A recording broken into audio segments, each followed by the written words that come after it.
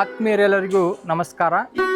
ನಾವು ಇಂದು ತಮಿಳುನಾಡಿನ ನಾಮಕ್ಕಲ್ ಜಿಲ್ಲೆಯ ತಿರುಚೆಂಗೋಡು ನಗರದ ಐತಿಹಾಸಿಕ ನಾಗರ ಬೆಟ್ಟದ ಮೇಲೆ ನಿರ್ಮಿತವಾಗಿರ್ತಕ್ಕಂತಹ ಶಿವ ಹಾಗೂ ಪಾರ್ವತಿಯ ಅರ್ಧ ರೂಪವಾದ ಅರ್ಧನಾರೀಶ್ವರ ದೇವಾಲಯದ ಪ್ರಾಂಗಣದಲ್ಲಿ ಇದ್ದೇವೆ.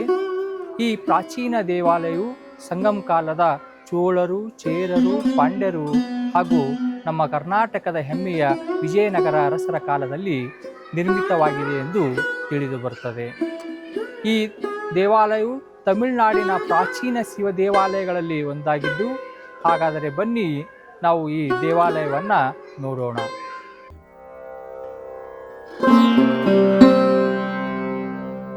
ತಿರುಚೆಂಗೋಡು ಪಟ್ಟಣದ ಸಮೀಪದ ನಾಗರ ಬೆಟ್ಟದ ಮೇಲೆ ನೆಲೆ ನಿಂತಿರುವ ಅರ್ಧನಾರೀಶ್ವರ ದೇವಾಲಯವು ಶಿವ ಮತ್ತು ಪಾರ್ವತಿಯ ಸಂಯುಕ್ತ ರೂಪವಾದ ಅರ್ಧನಾರೀಶ್ವರ ಸ್ವರೂಪಕ್ಕೆ ಸಮರ್ಪಿತವಾಗಿರ್ತಕ್ಕಂಥ ಪೌರಾಣಿಕ ಮತ್ತು ಐತಿಹಾಸಿಕ ಮಹತ್ವ ಹೊಂದಿರುವ ಸ್ಥಳವಾಗಿದೆ.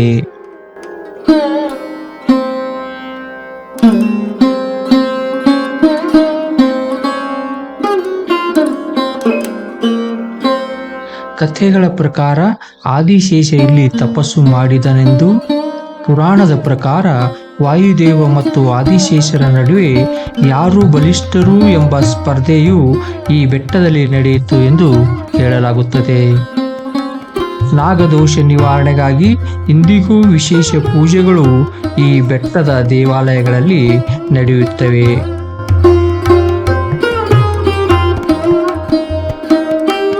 ಈ ದೇವಾಲಯವನ್ನು ನಾವು ರಸ್ತೆಯ ಮುಖಾಂತರ ಅಥವಾ 1200ಕ್ಕಿಂತ ಹೆಚ್ಚಿರುವ ಮೆಟ್ಟಿಲುಗಳ ಮುಖಾಂತರವೂ ಕ್ರಮಿಸಬಹುದು.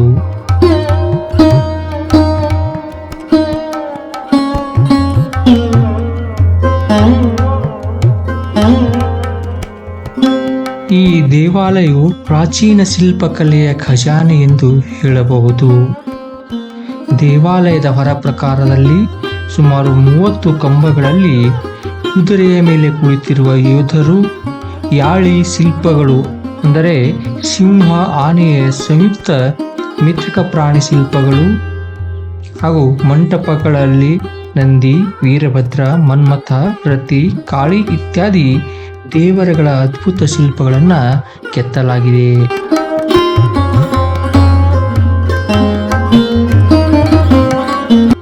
ತಮಿಳು ಸಂಗಮ ಕಾಲದಿಂದ ಪ್ರಾರಂಭಿಸಿ ಚೋಳರು, ಚೇರರು, ಪಾಂಡ್ಯರು ಮತ್ತು ನಮ್ಮ ಹೆಮ್ಮೆಯ ಕರ್ನಾಟಕದ ವಿಜಯನಗರ ಅರಸರ ಕಾಲದ ವಿವಿಧ ಹಂತಗಳಲ್ಲಿ ಈ ದೇವಾಲಯದ ಆವರಣವನ್ನು ಹಾಗೂ ಇಲ್ಲಿರುವ ಹಲವು ದೇವಾಲಯಗಳನ್ನು, ಪುಷ್ಕರಣಿಗಳನ್ನು ನಿರ್ಮಿಸಲಾಗಿದೆ.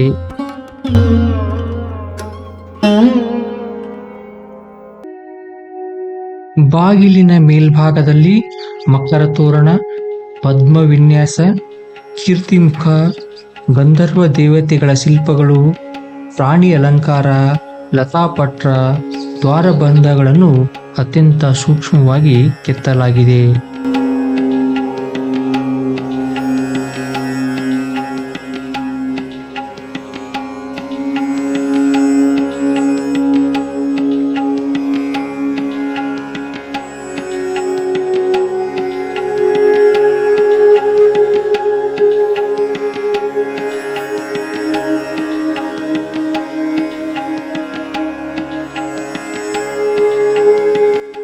ವಿಶೇಷವಾಗಿ ಯುರೋಪಿಯನ್ ಶೈಲಿಯ ಉಡುಪು ಮತ್ತು ಹ್ಯಾಟ್ ಧರಿಸಿರುವ ಈ ವ್ಯಕ್ತಿ ಯಾರೆಂದು ಪರಿಶೀಲಿಸಿದಾಗ, ದೇವಾಲಯದ ಒಂದು ಭಾಗವನ್ನು ದುರಸ್ತಿ ಮಾಡಿದ ಬ್ರಿಟಿಷ್ ಅಧಿಕಾರಿಯಾದ ಡೇವಿಸ್ ರವರ ನೆನಪಿಗಾಗಿ ಅವರ ಪ್ರತಿಮೆಯನ್ನು ಇಲ್ಲಿನ ಮುಕ್ಕೋಟು ವಿನಾಯಕರ್ ದೇವಾಲಯದ ಹೊರ ಆವರಣದಲ್ಲಿ ಸ್ಥಾಪಿಸಲಾಗಿದೆ.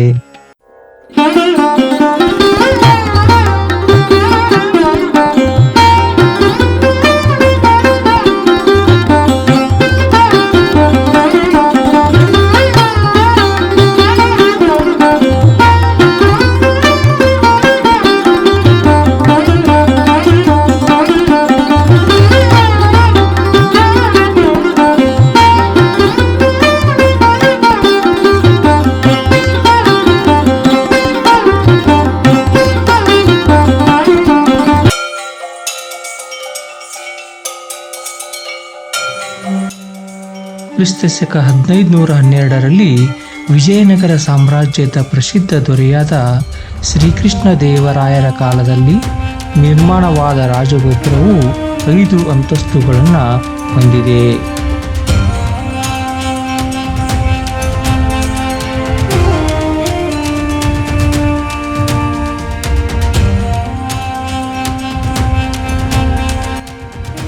ಐದು ಅಂತಸ್ತುಗಳಲ್ಲಿಯೂ ಹಲವಾರು ಅಂದವಾದ ಉಬ್ಬು ಶಿಲ್ಪಗಳನ್ನು ನಿರ್ಮಿಸಲಾಗಿದ್ದು, ದೇವತೆಗಳು, ಪೌರಾಣಿಕ ಪ್ರಸಂಗಗಳು ಮತ್ತು ವಿವಿಧ ಆಕೃತಿಗಳನ್ನು ಕಾಣಬಹುದು.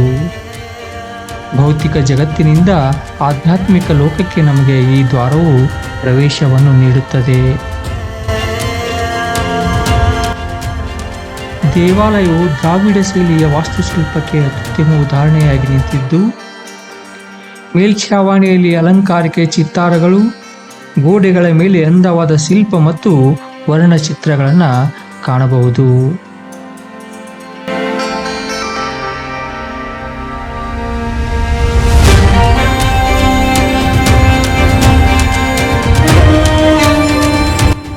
ಚೆಂಗುಟ್ಟು ವೇಲಾರ್ ಎಂದು ಕರೆಯುವ ಮುರುಗನ್ ಸನ್ನಿಧಿಯ ಮುಂಭಾಗದಲ್ಲಿರುವ ಮಂಟಪದ ಶಿಲ್ಪಗಳು ಬಹಳ ಸೂಕ್ಷ್ಮ ಮತ್ತು ಜಟಿಲವಾದ ಕೆತ್ತನೆಗೆ ಹೆಸರುವಾಸಿಯಾಗಿವೆ.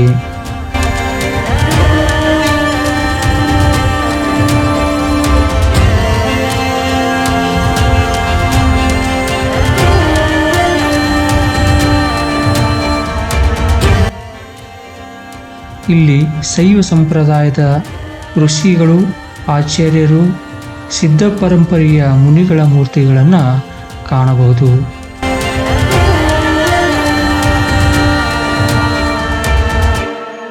ಅತ್ಯಂತ ಸಂಯೋಜಿತ ಹಾಗೂ ವೈಜ್ಞಾನಿಕ ವಿನ್ಯಾಸ ಹೊಂದಿರುವ ದೇವಾಲಯದ ಪ್ರಾಂಗಣವು ರಾಜಗೋಪುರ, ಮಂಟಪಗಳು, ಕುಸುರಿ ಕೆತ್ತನೆಯಿಂದ ಅಲಂಕೃತವಾದ ಕಂಬಗಳು, ಯಾಳಿ, ವಿವಿಧ ಶಿಲ್ಪಗಳು, ನೃತ್ಯ ಶಿಲ್ಪಗಳು,